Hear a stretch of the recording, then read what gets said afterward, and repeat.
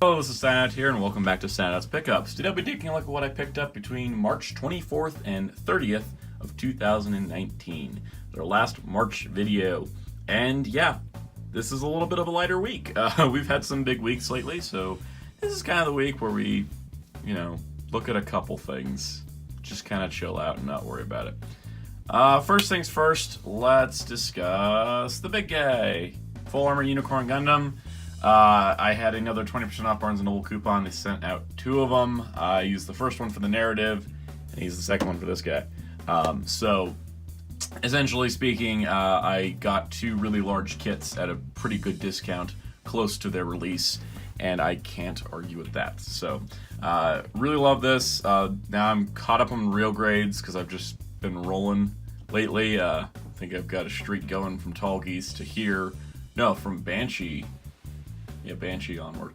I know. Eventually, I want to get like all 30 main real grade releases. Eventually, I don't know when, but in time, because I do love real grades a lot. Premium Bandai exclusive, Gundam base exclusive, a little trickier, but yeah. This is a real grade 30, which means I'm technically caught up for the moment. So I still have to go back and get a few others, but that's a collection I kind of want to have. It's just like all the real grade, like base real grades, would be super cool. All right, so moving along, let's talk about Professor Xavier. I finally got mine. Amazon had canceled my pre-order, but he went back in stock, and I caught him while I was laying in bed, not awake. He was in stock, and I was like, I snagged him, and I have him, and I'm happy. So Professor X here, he's got his hover chair, which is really cool. He's got Cerebro, actually, which I also like. It's a little weird about the console, but you have that. You can actually take the base off the hover chair, and it does sit. As you can see, it sits fine. So if you just want it on the ground, you have that option. I like the little wind-blown effect. You can just kind of plop him down. He came with... I totally forgot to grab it. The head for Shadow King, which is alternate piece for the Kingpin Build-A-Figure, which I still haven't finished because I don't really want the other 4 figures in the wave. But I'll get there. It'll happen. I need my Kingpin. Getting the Kingpin wave is really hard, so I'm not going to get like a second one to get Shadow King. I thought about it for a while, but no, that wave is just too difficult.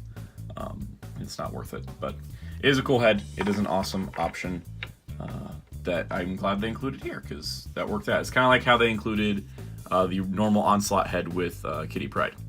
So one of the things with this set that's cool is that they have these little sliding panels for little command console things for Xavier, which I think are super awesome. Like, he's got a button there and a screen, which is pretty cool.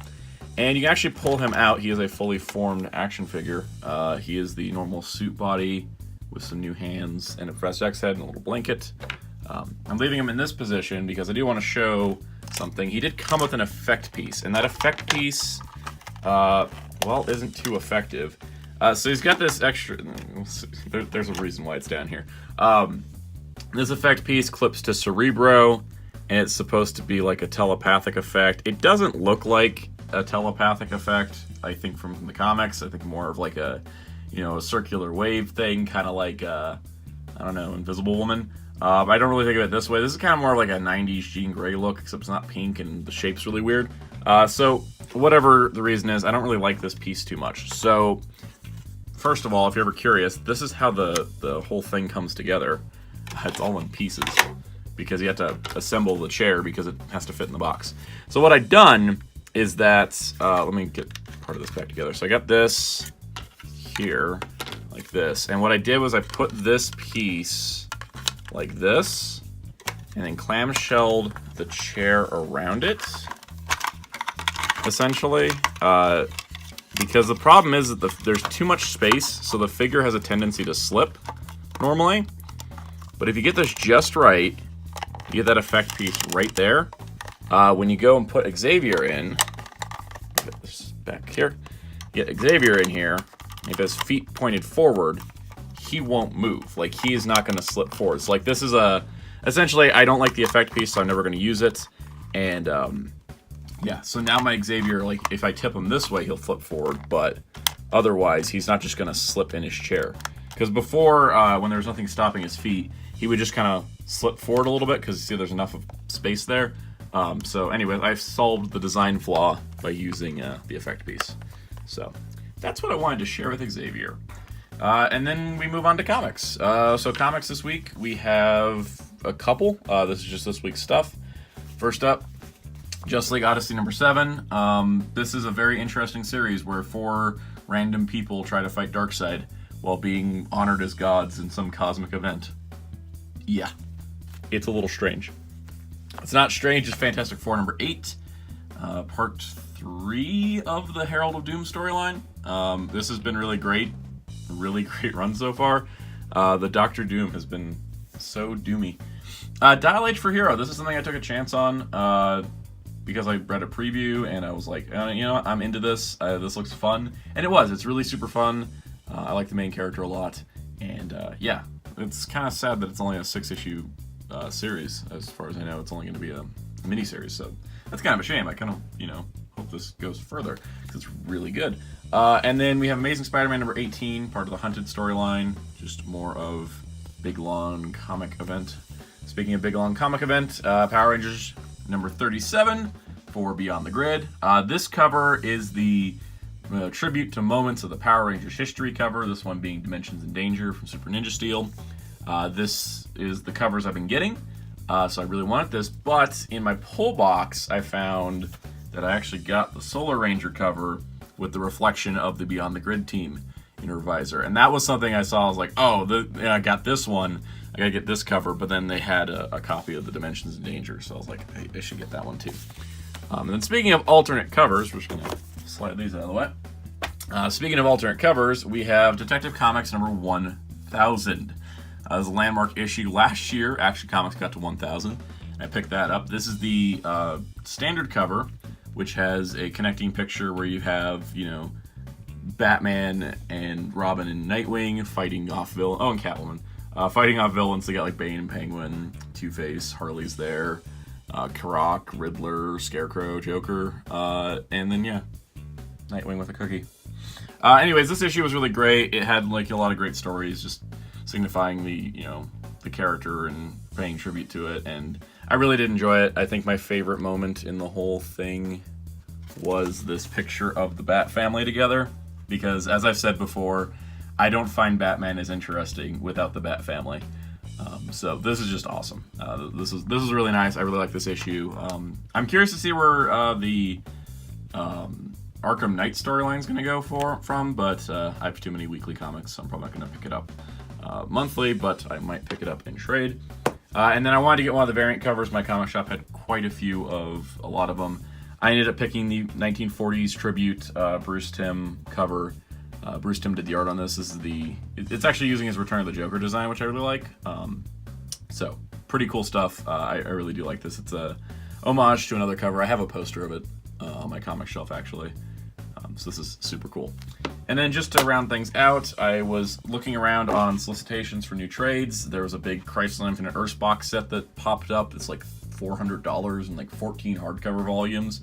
But something caught my attention because it has Crisis on Infinite Earths, and then it has like Legends, and it has Crisis on Multiple Earths, and then History of the DC Universe, which is something I really didn't know about. Like I remember the History of the DC Universe DC Direct line, but I didn't realize this was a comic. And I didn't realize what it was is like it's an illustrated history of the DC Universe. It's not like a story, like a bunch of stories telling the story. It's like Harbinger is chronicling the history of the DC Universe, and it helps establish like what's canon and what's not post-Crisis. And I love Crisis, so here we are. So I picked this up. It's the original trade printing, I think, or one of the older ones, because 2 logos ago. But yeah, so I got that, and that was super cool. So that does it for what I picked up this week. Video's a little short, so I'm going to go over something I kind of skipped over last week. So last week I ended up picking up a couple sets of cards at my comic shop. One was a Return of Superman set, and then one was a DC Heroes of the 90s set, and I kind of glanced over them because in the video, you may have seen it all off to the right, I had the cards there, and I opened them all on camera, and I put them aside. It was like a 15-minute segment, and I really didn't want to like include that in the video last week, so it made it over a half hour, and I was just like, I don't know how many people are actually interested in trading cards. So what I actually have done now is I've got them in a binder. So I was just going to flip through them real quick, and we can kind of just look at them, just to kind of add to, you know, last week's video, kind of, you know, make this week's video a little longer. But essentially, what we have here is this set is basically based on the Reign of the Superman and Return of Superman storylines from the 90s. This is like my favorite Superman story, one of my favorite Superman stories, probably my favorite Superman event, I'd say. But basically it's a lot of, you know, comic panels, a lot of moments from the series. Looking through this is very nostalgic. I really do love this quite a bit. Especially since like they just did the Reign of the Superman movie recently, which I loved to death. And yeah, so it's kind of cool. The way they broke things down too is that, like, you know, there's a lot of like, oh, here's a bunch of Eradicator cards, and here's a bunch of, you know, Superman and others. So it's really cool. I do really like this card set.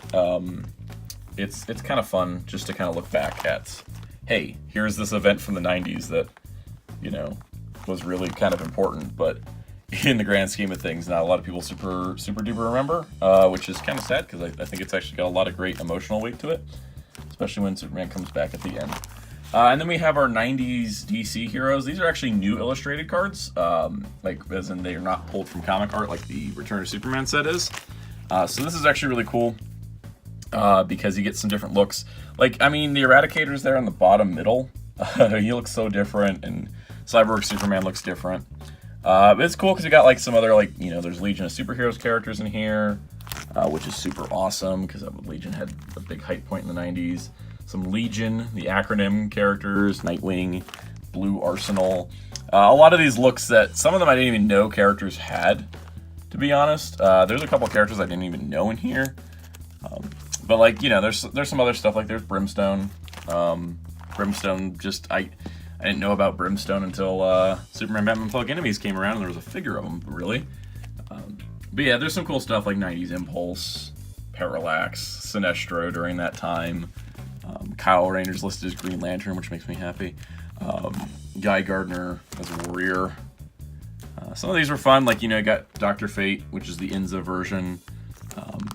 You know, some different kind of stuff there. Max Mercury's got a card, because he was a big deal back then. You know, Beast Boy's known as Changeling. Crimson Fox is acknowledged her existence. Gypsy's here. Maxima's here. Metamorpho looked really weird. It's kind of neat just to kind of like look at this snapshot of 1994 DC, where they were just, you know, working on, like, Triumph. Who remembers Triumph? Because, yeah, and who remembers Argus being a character, not an organization? There's a lot there, and this is the last page. I do like the Hawkworld, Hawkman and Hawkwoman as well, and this Blue Beetle Booster Gold card, where Booster Gold's in his stupid power armor. So yeah, that does it for this week on Soundout's Pickups. I hope I've done well here. We're going to keep the video a little short, 13 minutes or so that's not too bad.